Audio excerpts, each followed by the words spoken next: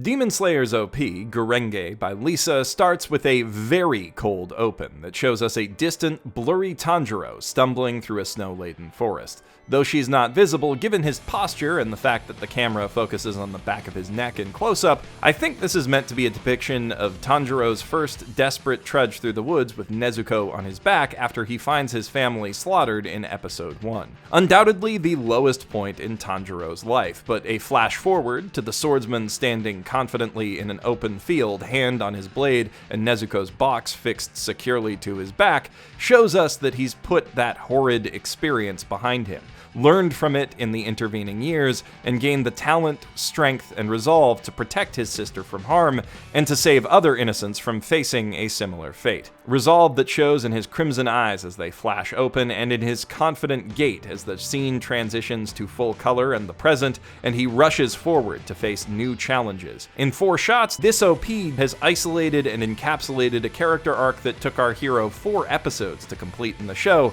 and it carries on with this efficient visual storytelling to its conclusion. While at first glance this opening may seem like your typical shonen hype reel that quickly runs through previews of fights to come in order to get you excited for the series action, and it certainly functions on that level, it also packs those moments with subtle and not so subtle details about its characters and world, presenting a complex and touching emotional journey in tandem with the kick-ass action, a perfect representation of the show itself. We cut from Tanjiro running to a shot of him flying back across the ground toward the boulder on Fujisakane Mountain. Bruised, weary, and shaken, it's clear the boy's training is rough on him, and even as he rises and grips his sword for another go, we can see tension and panic all over his face. The hard, unfocused glare of Urokodaki's mask as he turns to face his student creates the impression of cold indifference to this suffering.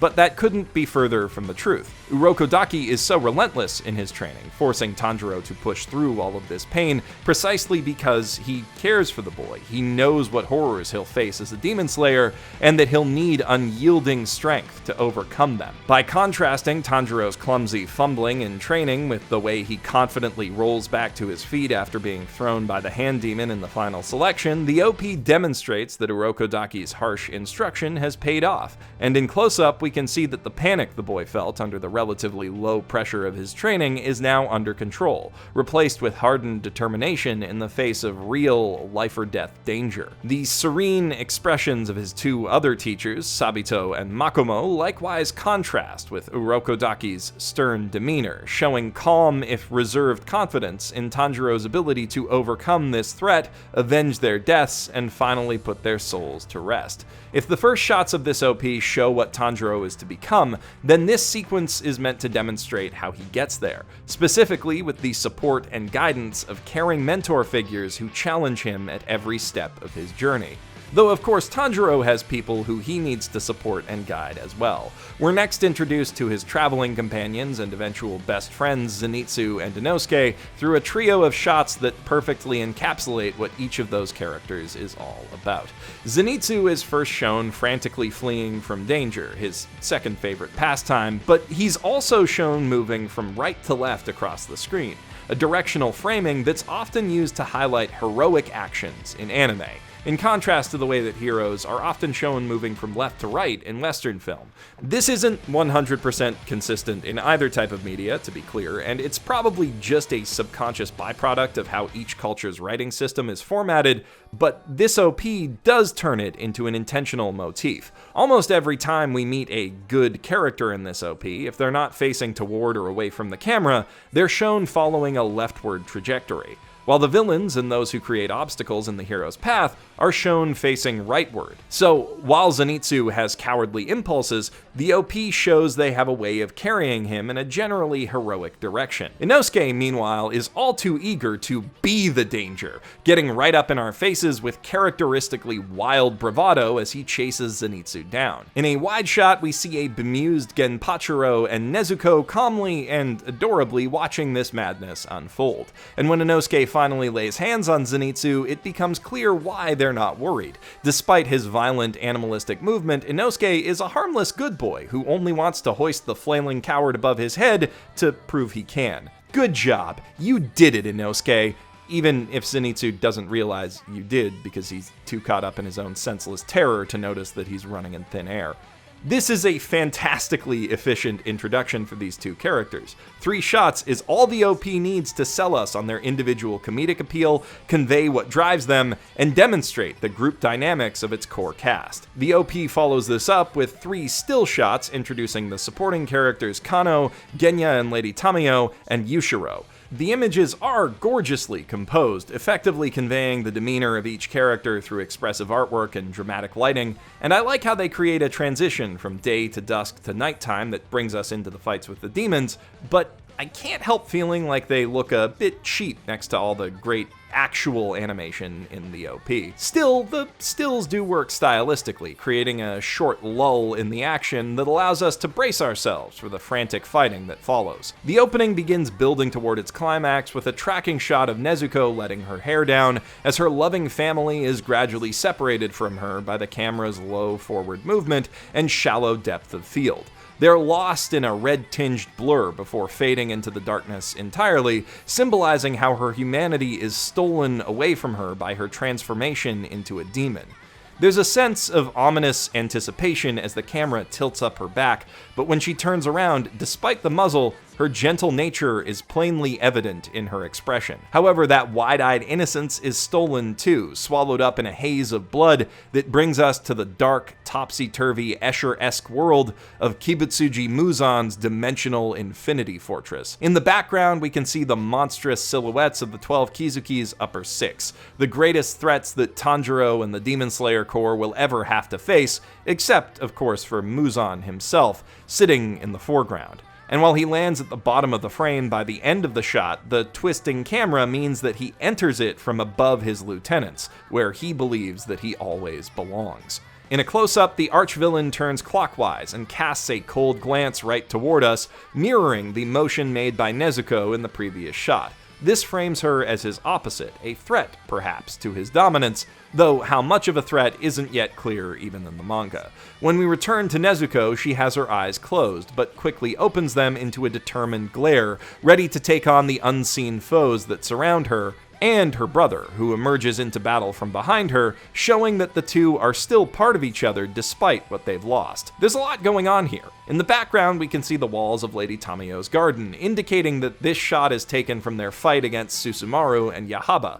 Between this and the shot of their family that precedes it, Nezuko also does a complete rotation from facing left to facing right, indicating that as a demon she's become quite dangerous, or at least that she appears to be, but her heroic brother literally has her back, showing us 2 things. Firstly, that her status as a demon doesn't have to define her or shape her destiny, and secondly, that despite how diametrically opposed they appear to be, humans and demons don't have to be enemies. This framing also mirrors how she tends to enter combat, popping out of the box on Tanjiro's back. Demon Slayer is as much Nezuko's story as it is Tanjiro's, so I'm happy to see that in putting this OP together, Haruo Sotozaki was so meticulous in conveying her personal struggles and emotional state. It's not just her, though. As the drums kick up to bring us into the action climax, we're introduced to each of the major demons that Tanjiro will fight throughout the series, and though they're only shown in a single shot apiece, the animators manage to convey their personalities just as effectively.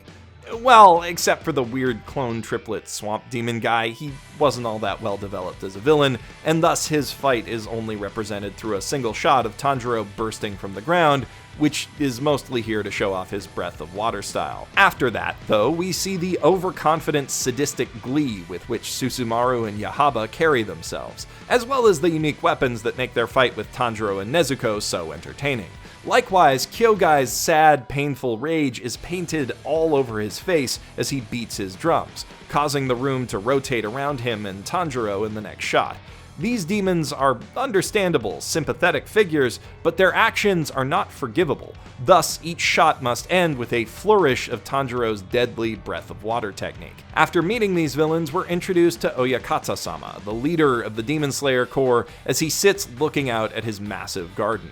The extremely wide framing of this shot and the letterboxing effect created by the shadows in the room behind him combine to create the impression that he is both singularly important and overwhelmingly lonely. The Hashira, who directly serve him, are introduced much closer up and in a tighter group, and though we don't learn much about them individually, the composition of the frame does tell us a few things. Firstly, their proximity to the camera aligns roughly with their importance in the narrative. The four closest figures, Giyu, Kyojuro, Shinobu, and Tengen, will all play significant roles in upcoming arcs of the story. Also noteworthy are the two on the right, Sanemi and Obanai, the Wind and Serpent Pillars respectively, who are shown facing in an antagonistic direction, reflecting their roles in the season's final arc when Nezuko's very existence is called into question. Though perhaps there's even more to their framing than that. The Hashira meeting could well be a prelude to future cruelty on their parts. The malicious intent of the next villains we meet, the Spider Clan, is a lot clearer, and since the threat they pose is far greater than Tanjiro can handle alone, the OP chooses to introduce them through a spinning shot depicting him standing back to back with Inosuke and Zenitsu, fighting with his friends as one in the same way he fights alongside Nezuko. This shot kinda gives away that Rui is the true leader of the clan, but there's a more subtle bit of foreshadowing in it as well. Not only does the way that Zenitsu flails his arms, in contrast to the confident stances of his companions, reinforce what kind of character he is, but it specifically looks like he's trying to shake a bug off his sleeve, hinting at the toxic threat that he has to face while fighting alone. And that's far from the only hint at the events of the Natagumo Mountain arc. The final action shots of the OP don't just make our three heroes look like badasses, though they certainly accomplish that as well. Each shot depicts a key moment from their individual fights during the arc. Inosuke's wild, double-bladed assault on the father spider, Zenitsu's breath of lightning strike against the elder brother, reframed to show him protecting Nezuko and demonstrate his womanizing nature, and lastly, Tanjiro's beautiful final strike against Rui, obfuscated by using the water dragon of his 10th form attack rather than the fire dragon of the Hinokami Kagura, in order to hide that one last big surprise from the audience. It's a very clever way of spoiling the fight without actually spoiling it. The last few shots of this OP show the single most important thing in all of Demon Slayer, the unbreakable bond between Tanjiro and Nezuko. And while the dirt and scrapes on Tanjiro's palm indicate that this represents the moment where he grabs her hand on the forest floor following his fight with Rui, their bond is so persistent that it could easily stand in for any moment from the show. The camera then pulls out and upward from this powerful image, showing them looking up toward a pale moon. Perhaps just a good neutral image to put the final credits on, or maybe it represents something more. Demon Slayer's distinctive circular white logo evokes a Sumie-style depiction of the moon, and the other times we see the full moon in this OP, it appears behind Inosuke while he's attacking, and the Hashira. So perhaps it's a metaphor for how the Demon Slayers bring the reflected light of day into the dark of night. Or maybe, like the similar tilt that caps off Gurren Lagann's OP, it's just a hint that we're going to space one day. Finally, we close out on a dramatic close-up of Tanjiro's face, suggesting looming danger, and also providing a nice neutral image to put under the sponsor cards. There's nothing particularly revolutionary about Demon Slayer Kimetsu no Yaiba's opening, but like the show it's made to sell, it's nothing if not efficient. It manages to capture the entire story of the show's first season while dropping plenty of juicy hints at the series' future.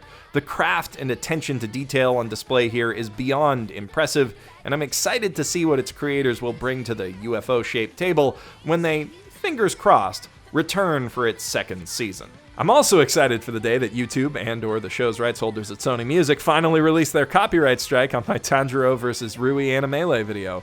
On that note, if you like this video essay and have Demon Slayer-loving friends who you think will like it also, it might be best to share it with them sooner rather than later. In all seriousness, though, I am very grateful to all of you who've been leaving comments and likes on my videos to keep the channel going through this rough patch. On top of your support just being very encouraging when I'm feeling super anxious about this whole thing. You guys have already had a noticeable positive effect on the performance of Gundad, the video essay, and with your help, I know that Mother's Basement can bounce back stronger than ever. So thank you for that, and also for your general patience with me talking about this stuff and getting it off my chest. I know it can be kind of annoying when YouTubers talk about performance like this, but it's helping in more ways than you know. I'm Geoff Thew, professional shitbag, signing out from my mother's basement.